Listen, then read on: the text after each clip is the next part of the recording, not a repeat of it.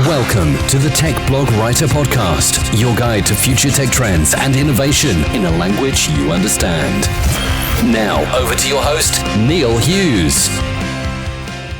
Here we are, ready for another weekend of some good old-fashioned R&R. Welcome to another episode of the Tech Blog Writer Podcast. Now, when it comes to downtime, I'm still fascinated by how much the digital landscape has affected that leisure time. Most of our entertainment is now online rather than on a TV channel at a set time like the old days. Now, a great example of this is Adobe's Primetime video business. That is a platform that provides television programmers and pay TV providers with the ability to deliver, monetize and personalize television content across any screen. Adobe Primetime is essentially their TV technology solution that was recently powered the digital delivery of the Rio Olympics and this year's Superbowl. And they work with everyone from Turner, Disney to Viacom and Comcast. But all this is headed up by Jeremy Hefland, that many of you might know from a startup called Auditude. And that was acquired by Adobe way back in 2011. But fast forward a few years and we now have Primetime, which is now a key business for Adobe. Now, Jeremy Hefland is someone who can also offer tips for startup execs in transitioning to a big company, or even the best practices on having your company acquired. So I invited him on the show tonight, and lucky for us, he said yes. So on this Friday evening, I invite you all to put down your drink and allow me to beam your ears all the way to Los Angeles so we can speak with Jeremy Hefland, the president of Adobe Primetime. So a massive welcome to the show, Jeremy. Can you tell the listeners a little bit about who you are and what you do? Neil, thanks so much for having me on the show today. You know, I am a entrepreneur who's been in the digital space now for almost 20 years, and most recently have been focused on the transformation that's happening inside the television industry.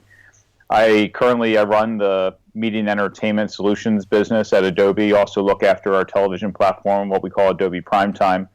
And I've been at Adobe about 6 years now since the acquisition of my company, Auditude, which was focused on ad insertion for long-form video that was acquired by Adobe in 2011. Now, I've been fortunate enough to interview nearly 200 inspirational people across technology at various steps of their startup journey, such as self-funding, bootstrapping, seeding rounds, early growth and expansion. I mean, along those episodes, memorably, there's been the co-founder and CEO of Data Gravity, Paula Long, who famously sold her first startup, Equal Logic, to Dell for a whopping $1.4 billion. And then again, there was also Datto's Austin McCord, who famously turned down $100 million for his company. And equally huge companies such as MasterCard and Capital One have also shared their stories of how they're using technology to bring people closer together. However, one of the reasons I'm really excited about getting you on the show today, Jeremy, is because you are one of the very few people that have experienced that life that I've just talked about as a startup executive, and then transitioning to a bigger company too, and the best practices about having one's company acquired. I mean, you've earned your success, but before we talk about your role as the head of media and entertainment solutions for Adobe Marketing Cloud, I wanted to take you back in time. So can you tell the listeners about your time as the CEO of Auditude, and what was Auditude's USP, and a little bit more about your journey as well? Neil, you're gonna make me reminisce a little bit. Auditude was, as I mentioned before, was focused on the ability to insert advertising into video. Yes. And in particular, at that time, that Auditude was focused on this, the advertising industry had figured out how to do display advertising, but they really had not figured out how to do video advertising. And so where we focused was, and our USP was really around, how do you seamlessly insert advertising into a piece of video? And not just at the beginning of a video, what we call a pre-roll, but into the middle of a video. So it looked just like a commercial. And we did that in a way that enabled the content and the advertising to work seamlessly together. And so, you know, we were fortunate at that time to have customers like Comcast and Fox and Major League Baseball and others that helped us really build a scalable technology for both live and on-demand content. And that is really how we grew the business and ultimately became attractive as an acquisition target for Adobe. Now, for those listening that don't know, Adobe acquired Auditude back in 2011. But what do you remember most about that time? I mean, was it excitement? Were you nervous or experienced a wide range of emotions, I would imagine?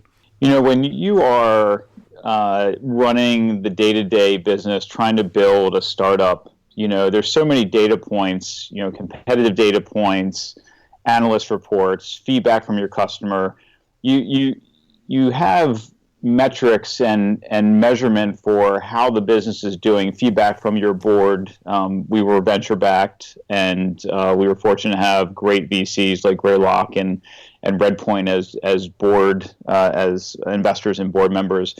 And the thing that I remember most at that time with the acquisition was a great sense of validation that going through that process and having Adobe say that they wanted Auditude to become part of their technology stack was a great validation that what we were pursuing and our technology, and I would say even more importantly, our people were something unique that could be part of even something bigger in the market. So I remember a great sense of validation. It was a tremendous sense of pride for the team who had been working so hard in order to build the business.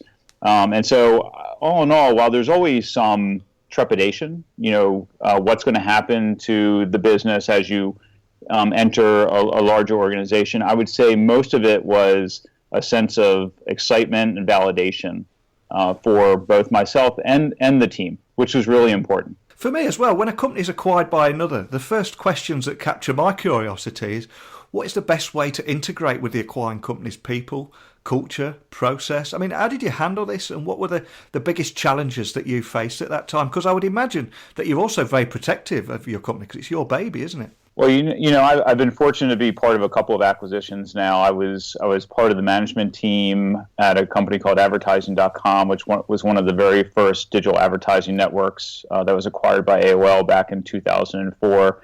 And then ultimately the acquisition of Auditude to Adobe. And every experience is different. Yeah. But a good acquirer will look at the company they're acquiring and saying, we're buying them because they have an expertise that we don't have. And so I think the mistake that sometimes gets made is if you try to assimilate too fast, if you lose focus on what truly made your company great and attractive to the acquirer, that can be a mistake. And not only is it the technology and the business processes and the way you approach your customer base, but also the people and the culture. And so one of the things that we really focused on, especially early on, was maintaining that.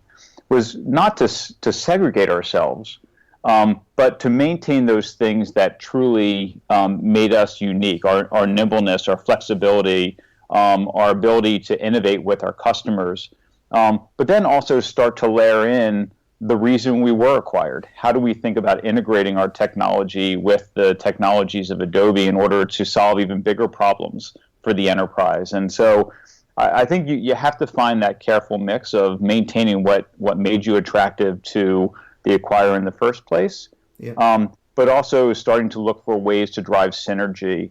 And it's a careful balance. Now, there are a lot of startups out there as well that are solely created to put themselves in the shop window, and they're just looking to get acquired. But in your opinion, what should they be thinking about as far as communicating with employees, working with customers, etc.? I think if you're building a business just to put in the shop window, I really feel like that's a house of cards. Yeah. And I think the reason why is if you focus your opportunity on are we working in a big market where there's a big market opportunity, and if I've built a team that is able to execute against the business and focus on building a great business, then what ultimately happens to the company will take care of itself. And I've always firmly believed that. If I build a great company with a solid foundation, you as an entrepreneur, as a CEO, you have to decide, as Kenny Rogers famously said, "You got to know when to hold them and know when to fold them." You got to figure out that timing, because you see companies that they hold on too long and their value proposition erodes over time, or they get outcompeted. And you see some that go too soon as well, where they've left value on the table.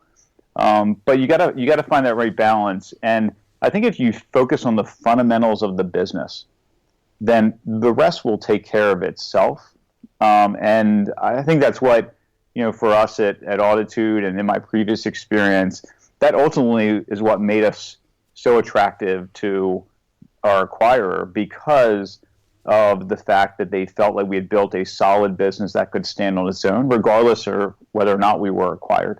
Yeah, I couldn't agree more. I really couldn't. But I've got to tell you, if you're going to start quoting Kenny Rogers lyrics, you've got to be very careful, because it sometimes triggers me into song. I can't tell you how hard it was for me not to burst into song when you're there. Feel free to sing along. But here we are in 2017. I mean, you lead the media and entertainment solutions within Adobe's Marketing Cloud, like you've already said there, but tackling things like the transformation of television. Now, Adobe Marketing Cloud recently powered the analytics and ad insertion for the digital delivery of the Rio Olympics and this year's Super Bowl. And I also understand that you work with everyone from Turner, Disney to Viacom and Comcast. But can you tell me a little more about Adobe Marketing Cloud, the technology, and what you love about your work right now? I tell you, it is an amazing time in the transformation of the media space, and for me, it's kind of like a kid in a candy shop, because there's so much disruption going on in the market around the television space, largely because consumers are radically changing the way that they want to consume content. And for the media companies that are trying to evolve their businesses and deliver that experience, understanding who your audiences are, engaging them with content, being able to deliver a high quality experience, and then building your business around this transformation is hard work, and a major focus for all major media companies around the globe. And so what we do at Adobe is we provide a set of technologies that enable these customers to acquire, engage, and monetize their audiences, and give them a scalable, reliable technology that allows them to be able to deliver content to whatever screen their consumers want to watch their favorite content. We allow them to understand who their audiences are that are engaging with that content, and be able to personalize the experience for them. We allow media companies to be able to create advertising capabilities and then insert advertising into that content so that they can provide a new source of revenue for their companies. And so these are the types of things that we're focused on with the media and entertainment solutions at Adobe, and in particular with our Adobe Primetime solution. That's our television platform. That's the platform that many major media companies have been using to deliver live, large-scale events like the Super Bowl, like the Olympics. And I tell you, one of the things that's so great about being at Adobe is a trusted brand.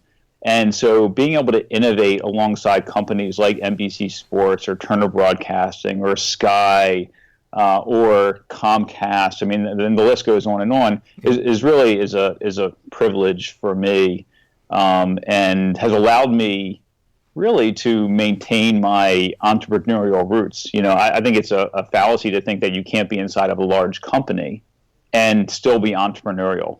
I mean, that for a company like Adobe, that's what they want. They want leaders who can continue to be entrepreneurial, and we've been able to do this with our focus on delivering great experiences through the transformation of television. Definitely. I think once that's inside you, it never leaves you. And I also think that many people forget that the world's largest brands, including 10 of the 10's most major media companies, all rely heavily on Adobe Marketing Cloud. Essentially, this places you guys right at the centre of the audience measurement and in a unique position to solve one of the industry's greatest friction points. But I'm curious, where do you start? Yeah, I tell you, it's so interesting what's happening with the consumption of content. There's no doubt that this is a consumer-led evolution that's happening in the market. And because of the fragmentation that's happened, right? Think about the number of services that you belong to now that where you get your content from.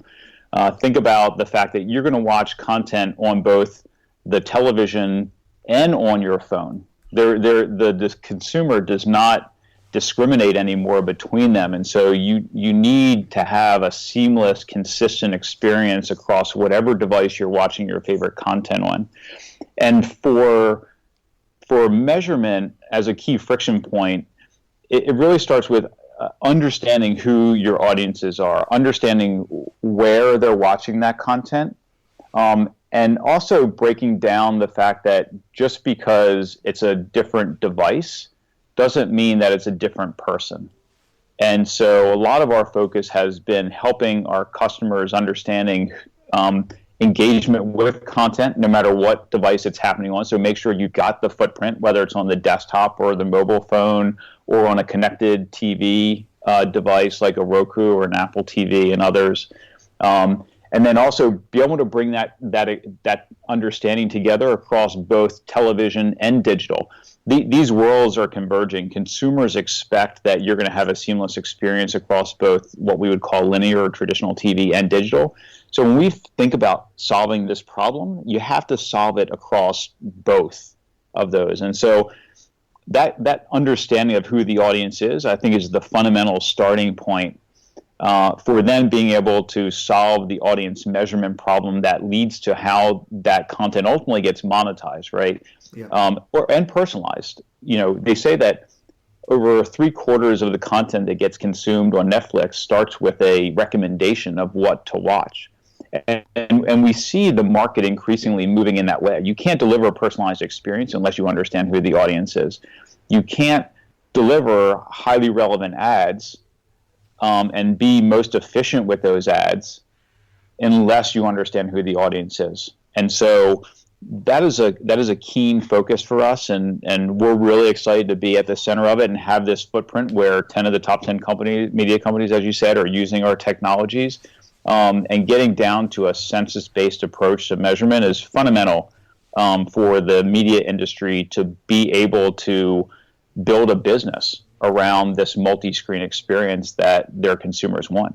That's a great point. I mean, the TV is no longer the focal point of our living rooms now, and we're turning our backs on those expensive cable packages for 300 channels that we don't even watch half the time. And we do prefer to seamlessly drift from device to device, soaking up online content from the likes of Netflix and Amazon. And I'm conscious that Adobe connected millions, if not billions, of these devices. And I wondered if there are any insights that you can share around the media consumption and our behaviours of digital audiences. Sure. I mean, there's a lot of really interesting insights that are happening right now with the consumption of content and what we're seeing. One of them is that content and viewing of content is actually moving back into the living room. And what I mean by that is that the fastest growing segment of content consumption on devices is happening on connected TVs. Wow. And so when you look at, the Apple TV or the Roku or even smart TVs that are being internet enabled, the growth is happening fastest on those types of devices. And so it's actually, content consumption is actually moving back into the living room, which is fascinating and not necessarily intuitive. So that's one major trend that we're seeing that is really, really interesting, and I think is going to redefine what that television experience actually ends up being, because you may start watching content sitting in the living room with your family, and end up watching it on the train on your way into work. And so you've got to be able to deliver that experience to the consumer, and that connected TV consumption growth, I think, is one major indicator. I think one other insight is just in general being seeing more content being consumed for longer and longer periods of time. And so where if you would have historically thought about consumption being kind of snackable, we're actually seeing long form content, watching a major sporting event or watching a full series or episode, a series of your favorite, episodic TV. Those trends are growing more and more. And so that's another, I think, strong indicator of the health of the multi-screen experience and how media companies need to be thinking about delivering that experience to their viewers. Yeah, I must admit I am that guy as well. I'll watch something on the TV downstairs, maybe even watch a little bit on the iPad in bed, and then finish off on the train in the morning. So I know exactly what you're talking about there, and I do fit that bill.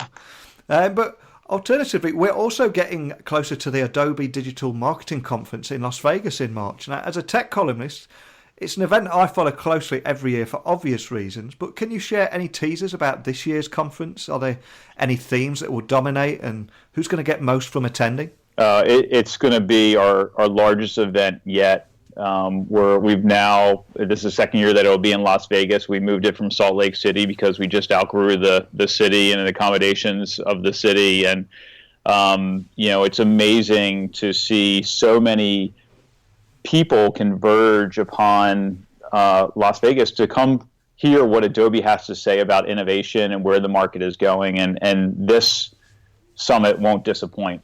And a lot of what you're going to hear at the summit this year is around the experience business, that where the market is now with digital is actually a more converged experience that has to be delivered to the consumer, no matter whether they're on a device or walking into a store, or we're talking about content consumption, but it really transcends all industries.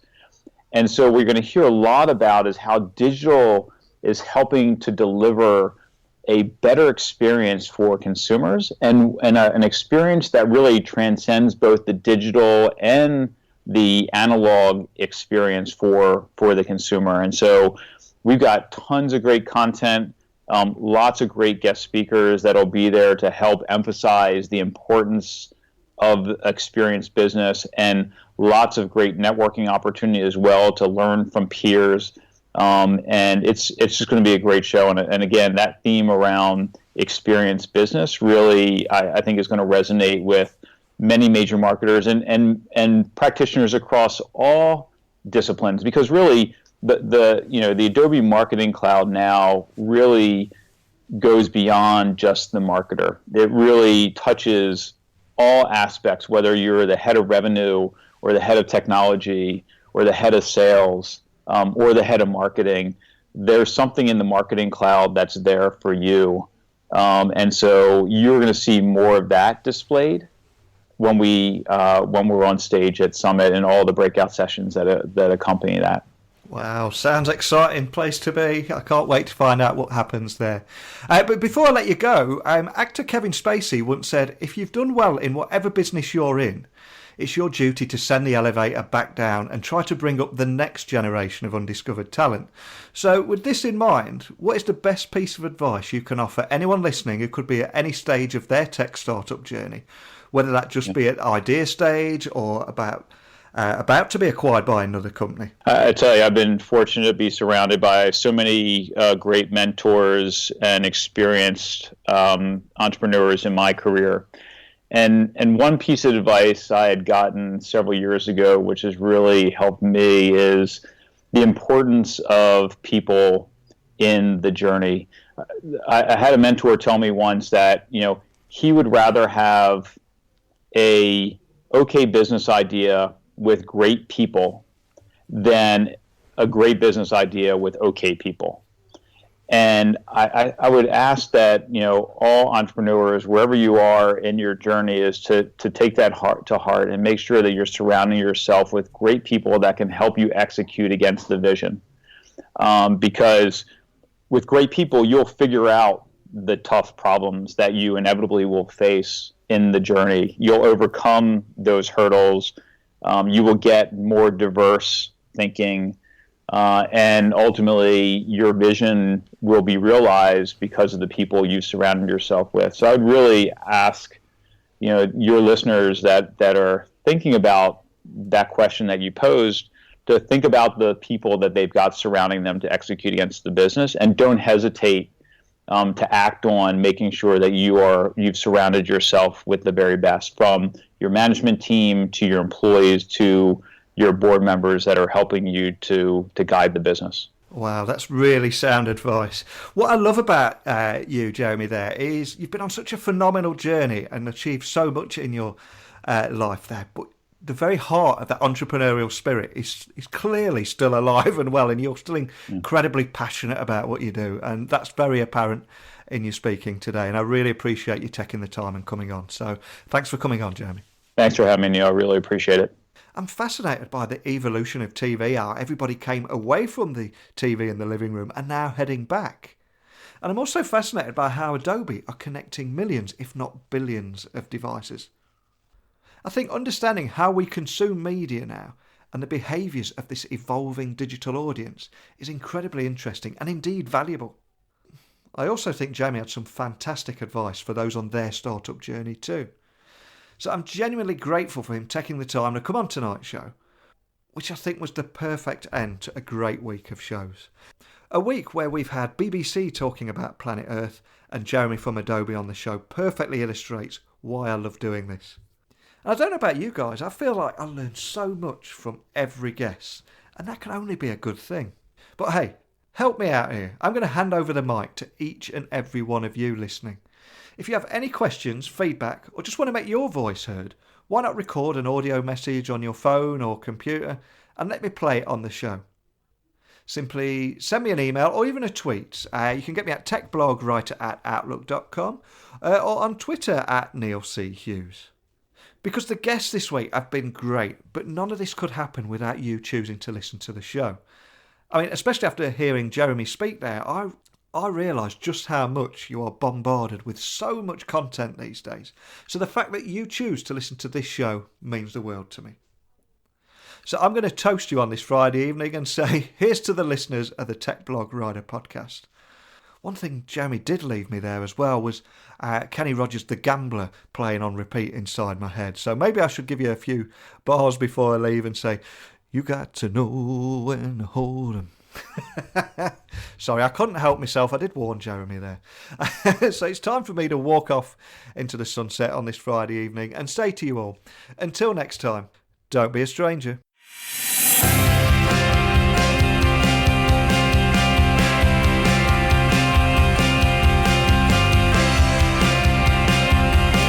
Thanks for listening to the Tech Blog Writer podcast. Until next time, remember, technology is best when it brings people together.